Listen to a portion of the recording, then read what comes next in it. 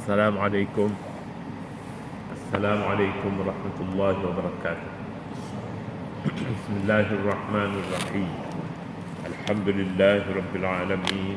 Wassalatu wassalamu ala asyrafil anbiya'i wal mursalin wa ala alihi wa sahbihi ajma'in. Subhanaka la ilma lana illa ma 'allamtana innaka antal alimul hakim. ولا حول ولا قوة إلا بالله العلي العظيم.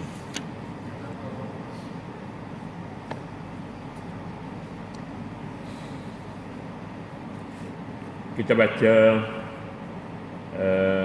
ayat 2:15 muka surat 360. A'udzu billahi minasy syaithanir rajim. Bismillahirrahmanirrahim. Yas'alunaka madza yunfiqun.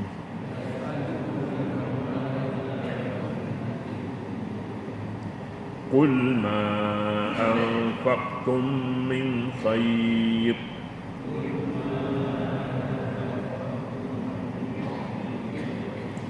فللوالدين والأقربين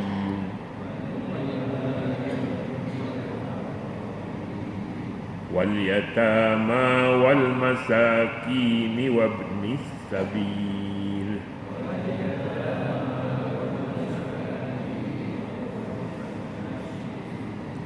وما تفعلوا من خير فإن الله به عليم.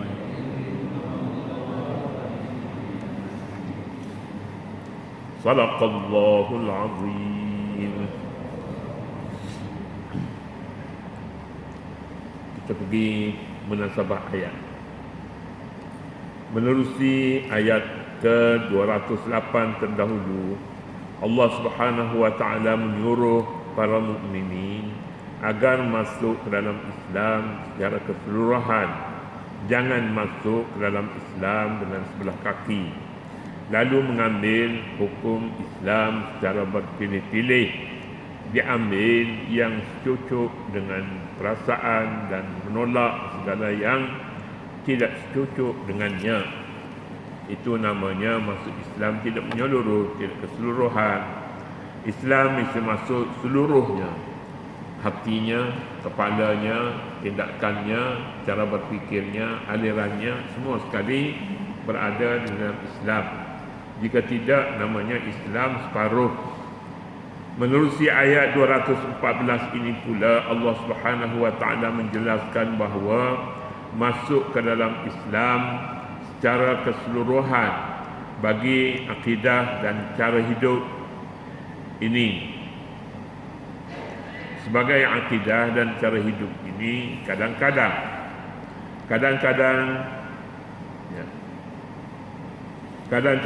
terpaksa berhadapan dengan ujian, penderitaan hidup, malapetaka dan sebagainya. Oleh itu, seseorang hendaklah bersabar sehingga Allah Subhanahu wa taala memberikan kelapangan atau kemenangan kepadanya. Bersabar ketika berada dalam Islam, tahapnya akan berakhir. Allah Subhanahu wa taala melihat seorang ini dah cukup diuji, maka cukuplah. Tapi jika ditambah lagi atas penderitaan dengan penderitaan, jangan ingat bahawa dia sudah hilang dari jagaan, dari pemeliharaan Allah Subhanahu wa taala. Tidak, Allah sentiasa memerhatikan kepadanya. Tinggal lagi sukatan itu belum sampai ke tahapnya. Sebab nuzul ayat, sebab nuzul maknanya turun, sebab ayat diturunkan. Sebahagian besar mufassirin menyebut dan menghubungkan sebab nuzul ayat ini, iaitu ayat 214, ayat yang pertama, am hasibtum. dengan peperangan Ahzab, iaitu peperangan menentang tentera bersekutu di Madinah. Tentera bersekutu di Madinah yang terdiri daripada kaum musyrikin, Quraisy dan Yahudi. Ini tentera bersekutu. Bila Yahudi ini boleh berkongsi dengan kaum Quraisy, tak pernah. Tetapi demi untuk meruntuhkan Islam, dia bersedia berkongsi dengan sesiapa pun, kerana mereka merasa benci kepada Islam.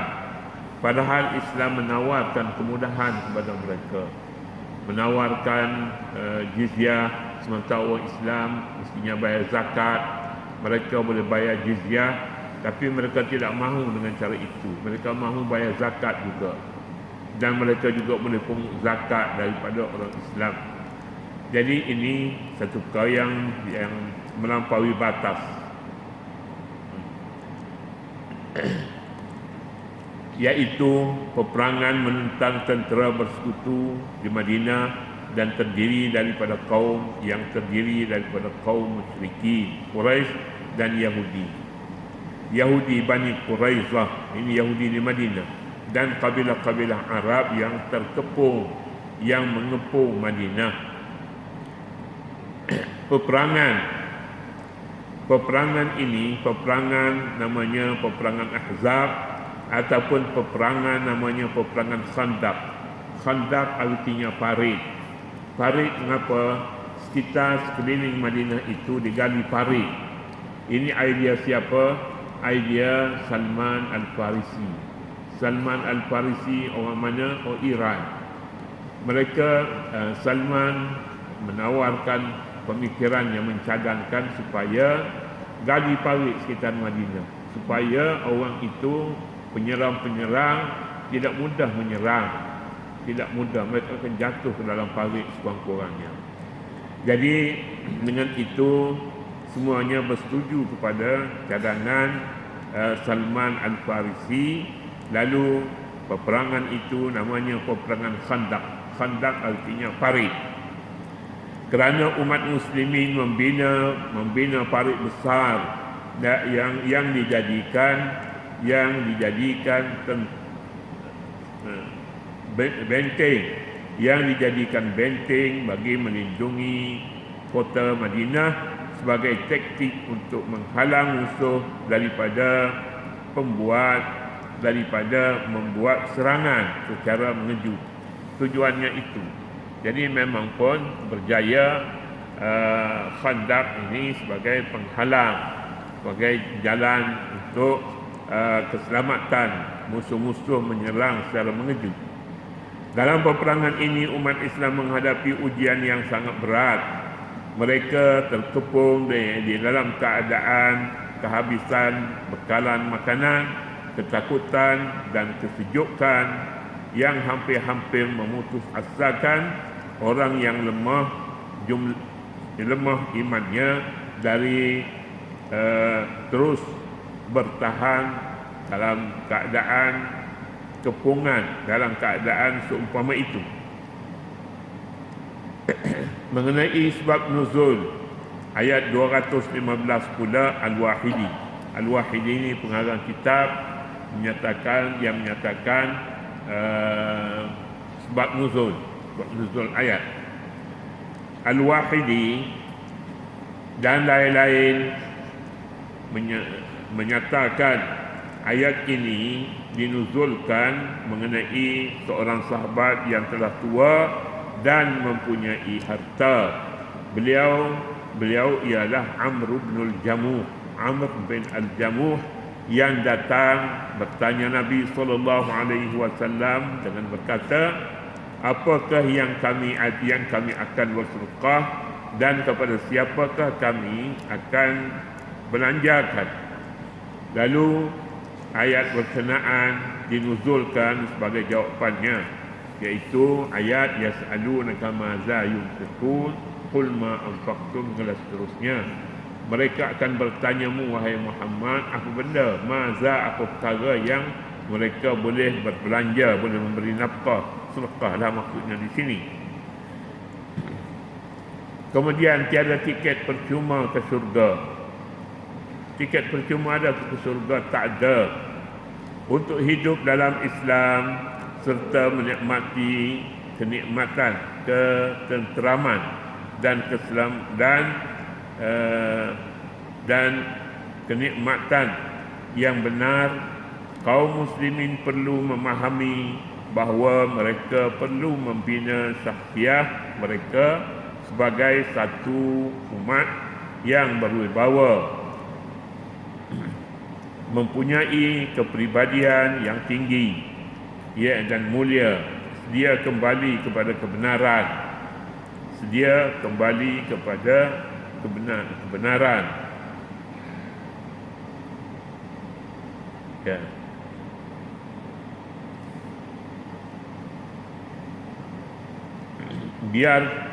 Biar berapapun harganya.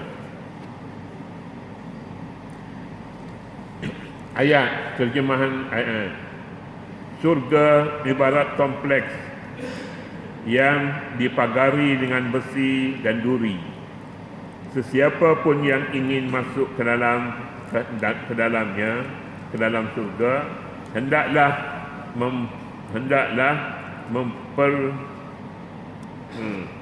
merempuhnya. Hendaklah merempuhnya dengan berani dan dengan semangat yang tidak mengenal kalah. Surga tidak dapat dimasuki semudah yang disangka. Payahlah maksudnya. Pasal pagar dia pagar duri, pagar dia besi. Itu di dunia, tapi di akhirat pagar tu tak pastilah besi tu kuat mana. Kalau besi mudah-mudah orang tolak gitu aja. Seperti pagar di dunia ini, orang yang kuat-kuat dia boleh tolak main-main saja. Jadi di akhirat kita tidak sangka begitu. Al-Quranul Karim menyatakan tidak mudah untuk masuk ke dalam surga. Dia berfirman, am hasibtum an tadkhulul jannah walamma ya'tikum masalul ladzina khalau min qablikum. Katanya, adakah kamu mengira bahawa kamu akan masuk ke surga padahal kamu belum menerima ujian sebagaimana orang mukmin terdahulu sebelum kamu. Orang mukmin sebelum kamu ini banyak yang diuji dengan berbagai-bagai ujian. Ada yang diperlakukan seperti binatang diekat lehernya, kamu dia heret, disuruh budak-budak heret. Ada di antaranya yang masuk orang dahulu. Ada di antaranya pula yang masuk ke dalam pokok, batang pokok. Allah firman kepada pokok supaya dia buka pintu untuk masukkan Nabi bukan Nabi Muhammad, Nabi Yahya ataupun Nabi Zakaria dahulu, masuk ke dalam pokok, kemudian datang musuh digergajikan pokok yang ada dalamnya Nabi.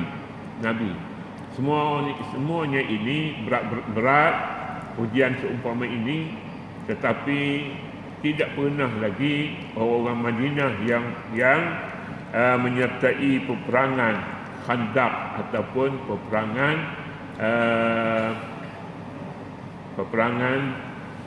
Khandaq lah. Peperangan ini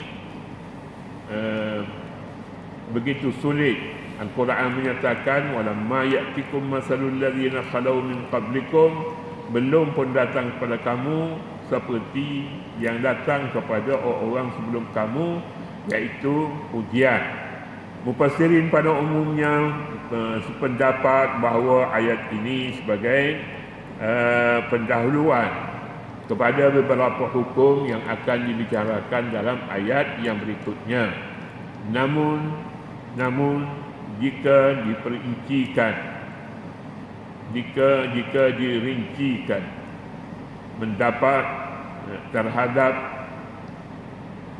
dirincikan terdapat dua kecenderungan ayat ini, iaitu ayat am hasibtum an tadkhulul jannah. Dirincikan kemana diperincikan. Pertama, sebagai mukaddimah, ayat 215 hingga 218 yang membicarakan tentang kewajipan berperang apabila berlaku penindasan, iaitu perang ni bila masa tidak, tetapi apabila berlaku penindasan. Siapa yang ditindas? Orang Islam yang ditindas.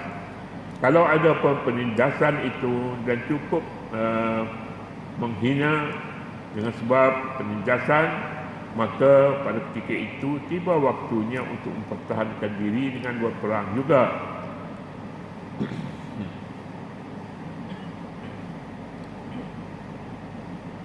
Pertama, sebagai mukaddimah bagi ayat 215 hingga 218 yang membicarakan tentang kewajipan berperang apabila berlaku penindasan dan pengusiran terhadap orang Islam.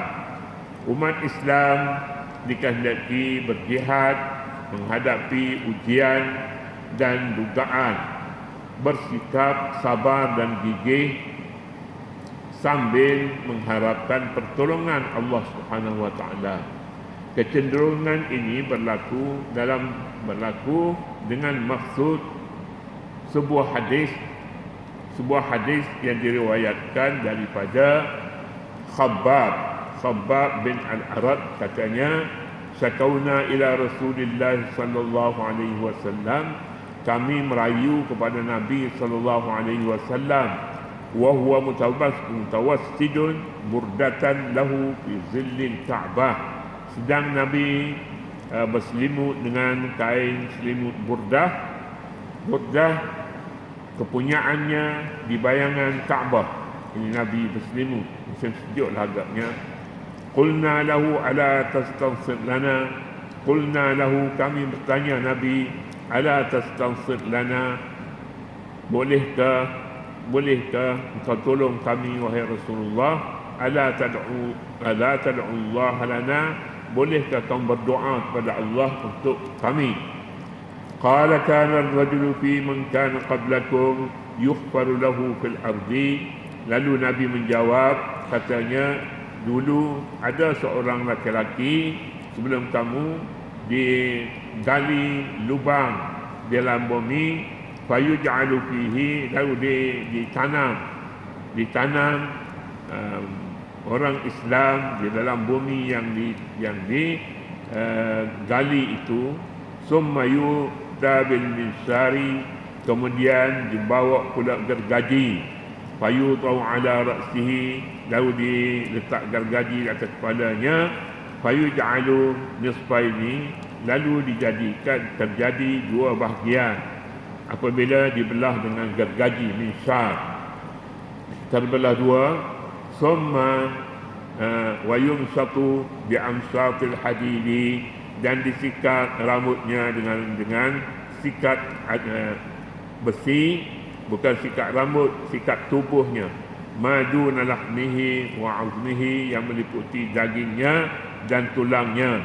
Ma yasuddu zalika an dinihi, tidak terhalangnya daripada agamanya. Maknanya orang seksa sedemikian rupa tujuannya untuk menghentikan kegiatannya di dalam agama. Wallahi la yutimmanna Allahu hadzal amra hatta yasira ar-rakibu, demi Allah akan sempurnakan tugas dakwah ini hatta yasira ar-rakibu min San'a ila Hadramaut la yakhafu illa Allah wa dhi'ba ala ghanami, hingga seorang yang menunggang kenderaan daripada San'a untuk pergi ke Hadramaut, la yakhafu illa Allah, dia tidak takut lagi ke apa-apa kecuali kepada Allah yang dia takut. Wa dhi'ba ala ghanamihi, sedangkan harimau sedang mengintai kambingnya. Walakinnakum tasta'jilun, tetapi kamu pula yang minta supaya disegerakan balasan itu. Ini tidak mungkin dah. Apabila kamu bekerja, jangan mengharap cepat mendapat pertolongan daripada Allah. Allah ingin melihat antara kamu siapa yang boleh bersabar dan yang jujur dalam perjuangannya. Sesiapa yang lebih cukup amalannya untuk dia mendapat pertolongan Allah, dia akan dapat pertolongan itu. Dan ini dipahami daripada sunnatullah pada orang yang terdahulu daripada kamu. Ada di antara mereka yang bersembunyi dalam batang kayu, kemudian kafir, sama ada Yahudi ataupun kafir musyrikin Quraisy datang mereka tebang pokok ni dengan gergaji, hingga terbelah dua. Nabi yang bersembunyi dalam pokok itu terbelah dua. Tiada perkara yang mendorong mereka untuk menyerah diri begitu selain daripada simpati mereka terhadap agamanya.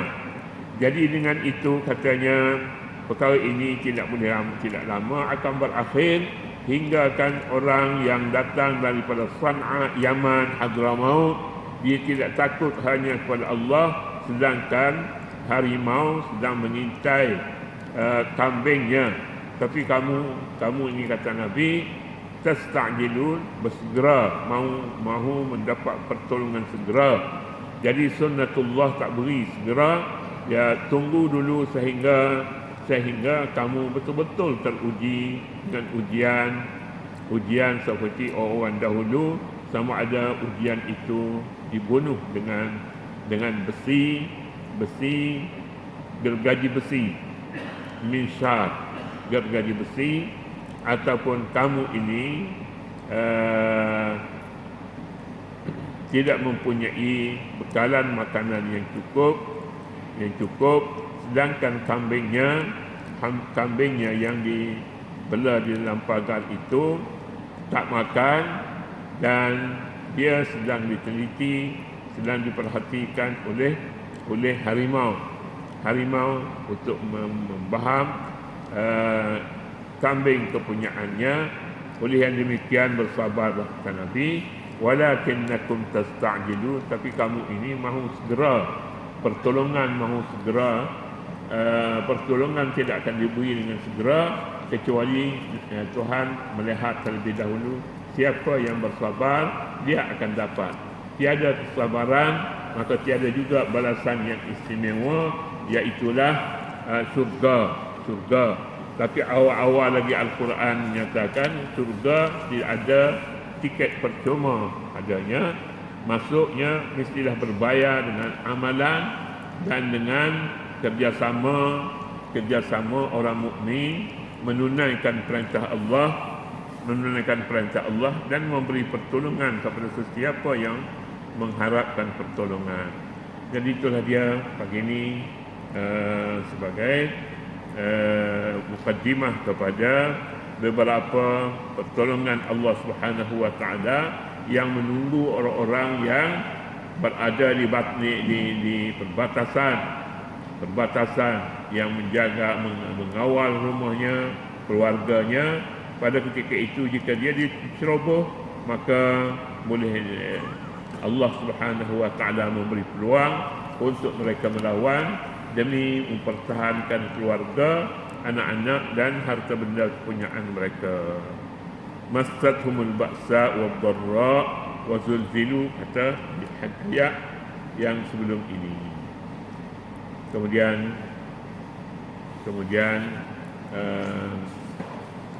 hari Isnin kita akan baca pula sebagai sambungan kepada ayat yang kita baca pagi ini, kerana hadis itu mempunyai erti yang sangat besar di dalam dakwah dan sebagai sejarah orang yang berdakwah tidak ada yang selesa dalam perjalanan mereka, tetapi mereka diancam dengan berbagai-bagai rupa seperti mana yang disebut dalam hadis yang baru kita baca.